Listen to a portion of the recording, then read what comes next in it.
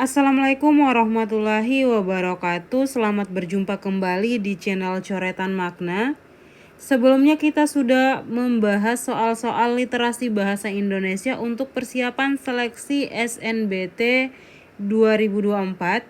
Dan sekarang kita akan lanjutkan membahas soal-soal literasi bahasa Indonesia untuk membantu teman-teman mempersiapkan diri mengikuti seleksi UTBK SNBT 2024.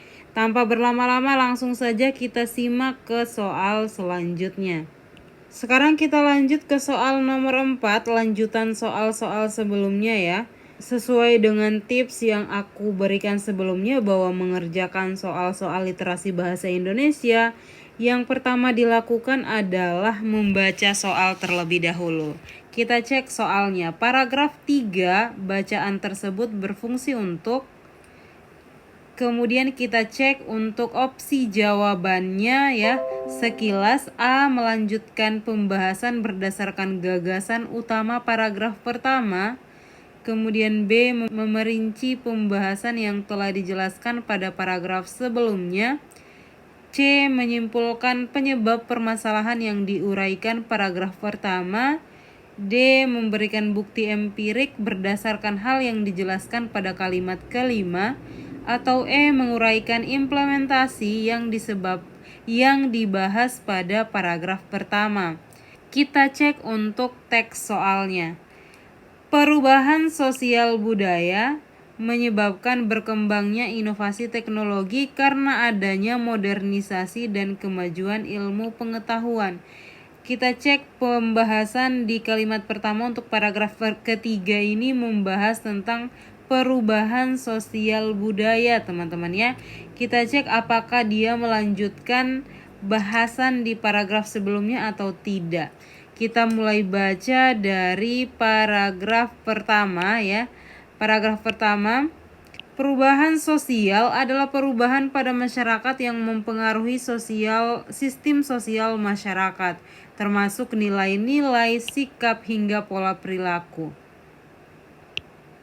Perubahan sosial akan selalu terjadi di masyarakat. Manusia merupakan makhluk sosial yang senantiasa berkembang sekaligus berupaya untuk mencapai kehidupan yang lebih baik, sehingga dinamika perubahan sosial tidak bisa dihindari.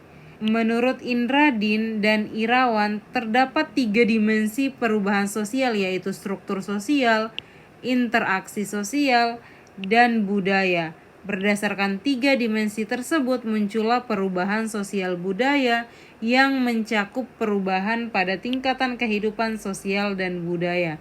Hal itu dapat memberi dampak di berbagai bidang yang saling mempengaruhi atau memiliki hubungan timbal balik. Kita lanjut ke paragraf ketiga. Perubahan sosial budaya menyebabkan berkembangnya inovasi teknologi karena adanya modernisasi dan kemajuan ilmu pengetahuan. Adanya inovasi tersebut dapat meningkatkan efektivitas dan efisiensi kerja serta menyebabkan eskalasi tenaga profesional. Di sisi lain, perubahan sosial budaya menyebabkan munculnya kesenjangan sosial ekonomi karena tidak semua masyarakat memiliki kapasitas untuk meningkatkan taraf hidupnya. Selain itu, perubahan sosial budaya dapat menyebabkan disorientasi nilai dan norma budaya sehingga dapat memicu perilaku menyimpang seperti kenakalan remaja. Setelah membaca soalnya, teman-teman, kita perhatikan opsi jawabannya. Kita seleksi satu persatu mulai dari opsi A ya. Opsi A adalah melanjutkan pembahasan berdasarkan gagasan utama paragraf pertama. Yang ini, teman-teman, kurang tepat ya. Karena untuk paragraf ketiga ini tidak hanya melanjutkan paragraf pertama ya. Karena sudah dibahas untuk paragraf ketiga sendiri kan tadi dia membahas secara umum tentang perubahan sosial budaya ya. Sementara perubahan sosial budaya itu juga kita sudah dapatkan di paragraf kedua. Jadi poin A ini kurang tepat karena dalam kalimatnya hanya menyatakan berdasarkan gagasan utama paragraf yang pertama. Ini kurang tepat ya. Selanjutnya kita ke poin B. merinci pembahasan yang telah dijelaskan pada paragraf sebelumnya. Ini kemungkinan besar betul sekali teman-teman ya, karena di bahasan sebelumnya itu masih bersifat umum, apalagi di paragraf kedua itu penjelasan terkait perubahan sosial ya, masih lebih banyak. Paragraf pertama masih perubahan sosial, lanjut ke paragraf kedua. Namun di paragraf kedua dirincikan, dibagi ya, ada dimensi sosial dan budaya, lalu disebut sebagai perubahan sosial budaya, lalu kemudian perubahan sosial budaya ini dirincikan di paragraf ketiga. Nah, opsi B ini sejauh ini yang betul. Kemudian kita cek untuk opsi C ya, menyimpulkan penyebab permasalahan yang diuraikan paragraf kedua. Opsi C ini juga kurang tepat teman-teman, karena pada paragraf ketiga teks tersebut tidak menyimpulkan tentang pengertian perubahan sosial menurut ahli ya. Jika menyimpulkan, maka paragraf ketiga itu akan memberikan pemahaman kepada pembaca gambaran utuh tentang simpulan dari pendapat-pendapat ahli tentang pengertian perubahan sosial. Jadi ini juga kurang tepat ya untuk poin C atau opsi C. Kemudian yang D, memberikan bukti empirik berdasarkan hal yang dijelaskan pada kalimat 5. Kalimat 5 itu menyatakan 3 dimensi munculnya istilah perubahan sosial budaya. Nomor 5 itu menjelaskan tentang menjelaskan tentang istilah perubahan sosial budaya tadi ya. Nah, apakah nomor 3 ini juga, opsi C ini juga kurang tepat ya teman-teman, karena pada paragraf ketiga itu teks tidak menyimpulkan tentang pengertian perubahan. Selanjutnya kita baca opsi D ya. Kita baca opsi D, memberikan bukti empirik berdasarkan hal-hal yang dijelaskan pada kalimat 5. Opsi D ini kurang tepat karena pada paragraf ketiga teks tersebut tidak membuktikan tentang istilah perubahan sosial budaya, di mana pada paragraf ketiga ini lebih memberikan contoh atau merinci tentang dampak adanya perubahan sosial budaya di masyarakat ya. Jadi di sini juga kurang tepat. Selanjutnya opsi E, menguraikan implementasi yang dibahas pada paragraf sebelumnya. Ini ada kalimat implementasi, ini juga kurang tepat ya. Karena opsi E ini dia langsung menyebutkan menguraikannya implementasi, ada khusus sebutan implementasi di sini atau penerapan ya terhadap istilah perubahan sosial budaya. Padahal di paragraf ketiga kita bisa lihat di sini secara umum dia menjelaskan atau merinci pembahasan yang dibahas di paragraf sebelumnya. Jadi opsi E juga kurang tepat. Jawaban yang paling tepat itu adalah opsi B ya teman-teman, yaitu merinci pembahasan yang telah dijelaskan pada paragraf sebelumnya. Selanjutnya kita ke soal nomor 5 ya.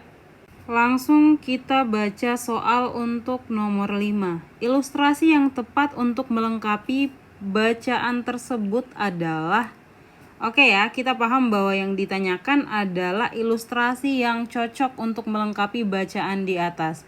Berarti kita harus melihat bacaannya, pahami baik-baik isinya, dan menentukan kira-kira ilustrasi apa yang sesuai. Ilustrasi yang sesuai berarti teman-teman harus masih dalam pembahasan yang sama ya, konteksnya sama dan bersifat menjadi pelengkap paragraf yang sudah ada. Kita baca paragraf pertama. Bunuh diri masih menjadi masalah nyata di berbagai dunia, termasuk Indonesia. Berdasarkan data WHO, setiap tahun ada 800.000 orang yang meninggal karena bunuh diri. Dengan kata lain, setiap 40 detik ada setidaknya 1 orang bunuh diri. Sementara itu di Indonesia ada sekitar 16.000 kasus percobaan bunuh diri setiap tahun. Angka tersebut diperkirakan belum mencerminkan kondisi real yang masih banyak karena masih banyak kasus bunuh diri yang belum terdata. Bahkan berdasarkan hasil riset, kasus bunuh diri di Indonesia terus meningkat terutama dalam situasi pandemi seperti sekarang ini. Oleh karena itu, sudah sepentasnya kasus bunuh diri mendapat perhatian dari berbagai pihak. Lanjut ke kalimat kedua. Di sisi lain, upaya pencegahan bunuh diri pun menjadi sangat penting untuk dilakukan, baik oleh pihak berwenang maupun diri kita sebagai bagian dari masyarakat. Tidak harus muluk-muluk dengan melakukan hal-hal besar, beberapa hal sederhana justru dapat menjadi opsi yang tepat. Pencegahan bunuh diri dapat dimulai dengan mengenali ciri-ciri orang yang ingin bunuh diri. Umumnya orang yang berkeinginan untuk bunuh diri akan sering membicarakan kegelisahan yang dialami serta kematian. Selain itu, mereka biasanya stres, sulit tidur karena gangguan jiwa, dan akhirnya menarik diri dari aktivitas sehari-hari, keluarga, serta orang lain. Dengan mengenali ciri-ciri tersebut, kita akan menolong orang-orang terdekat yang memiliki keinginan untuk bunuh diri.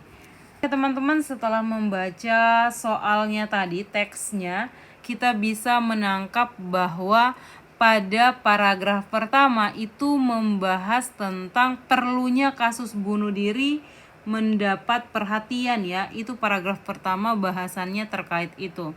Kemudian untuk paragraf kedua dibahas tentang perlunya penanganan bunuh diri dari berbagai pihak. Di sini dijelaskan juga pada paragraf kedua ini dijelaskan tentang penanganan bunuh diri itu bisa dimulai dengan cara mengenali ciri orang yang ingin melakukan bunuh diri ya. Kira-kira opsi jawaban mana yang bisa melanjutkan ilustrasi 2 paragraf di atas ya. Kita cek untuk opsi A ya. A. Tabel kasus bunuh diri di negara maju di dunia. Oke, ini kurang tepat teman-teman untuk opsi A. Bacaan pada soal itu tadi tidak ada yang membahas tentang kasus bunuh diri di negara maju ya. Tetapi dia membahas tentang kasus bunuh diri secara umum di dunia dan khususnya di Indonesia. Jadi untuk tabel jumlah kasus itu kurang tepat untuk melanjutkan ilustrasi paragraf 2 paragraf di atas. Selanjutnya B, tabel persebaran kasus bunuh diri di dunia selama pandemi. Ini juga tidak tepat karena persebaran kasus bunuh diri di dunia selama pandemi tidak menjadi fokus bahasan di dalam teks. Kemudian sesuai isi teks, peningkatan kasus bunuh diri selama pandemi terjadinya di Indonesia, bukan di seluruh dunia. Jadi B kurang tepat. C. Infografik dampak bunuh diri terhadap populasi penduduk dunia. Ini juga kurang tepat teman-teman karena dampak bunuh diri terhadap populasi penduduk ya. Populasi penduduk dunia tidak menjadi bahasan juga di dalam teks di atas. Karena yang dibahas di dalam teks adalah kasus bunuh diri yang meningkat, membutuhkan perhatian dan perlunya penanganan dari berbagai pihak. Jadi opsi C kurang tepat. Selanjutnya kita ke opsi D. Bagan langkah-langkah pertolongan untuk orang yang ingin bunuh diri.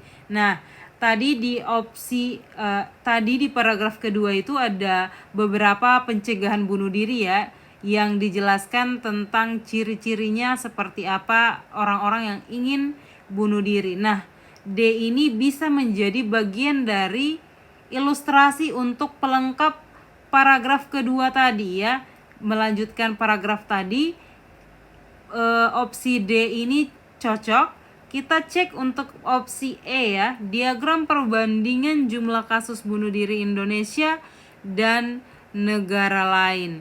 Kalau yang E ini kurang tepat juga ya, karena bacaan di atas itu tidak membandingkan kasus bunuh diri yang ada di setiap negara. Dia hanya membahas tadi tentang peningkatan kasus bunuh diri secara umum ya. Yang poin E ini juga kurang tepat teman-teman. Paling tepat adalah poin D, yaitu bagan langkah-langkah pertolongan orang yang ingin bunuh diri. Ini cocok sekali melanjutkan pembahasan paragraf kedua ini tadi ya. Dia sudah mulai membahas tentang pencegahan bunuh diri, mulai dengan mengenali ciri-ciri yang memiliki keinginan bunuh diri.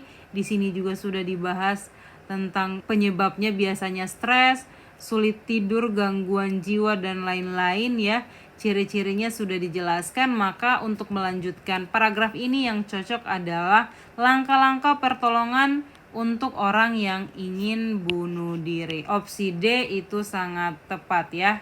Buat teman-teman yang mau mempersiapkan diri untuk mengikuti seleksi UTBK SNBT tahun 2024, teman-teman bisa mengikuti bimbel di Cerebrum ya. Bimbel Cerebrum ini merupakan bimbel nomor 1 untuk pelaksanaan UTBK SNBT dari tahun ke tahun. Jadi buat teman-teman bisa memaksimalkan diri agar bisa lolos di PTN Impian dengan mengikuti bimbel di Cerebrum. Caranya seperti apa? Teman-teman bisa mendownload aplikasi Cerebrum melalui Play Store maupun di App Store.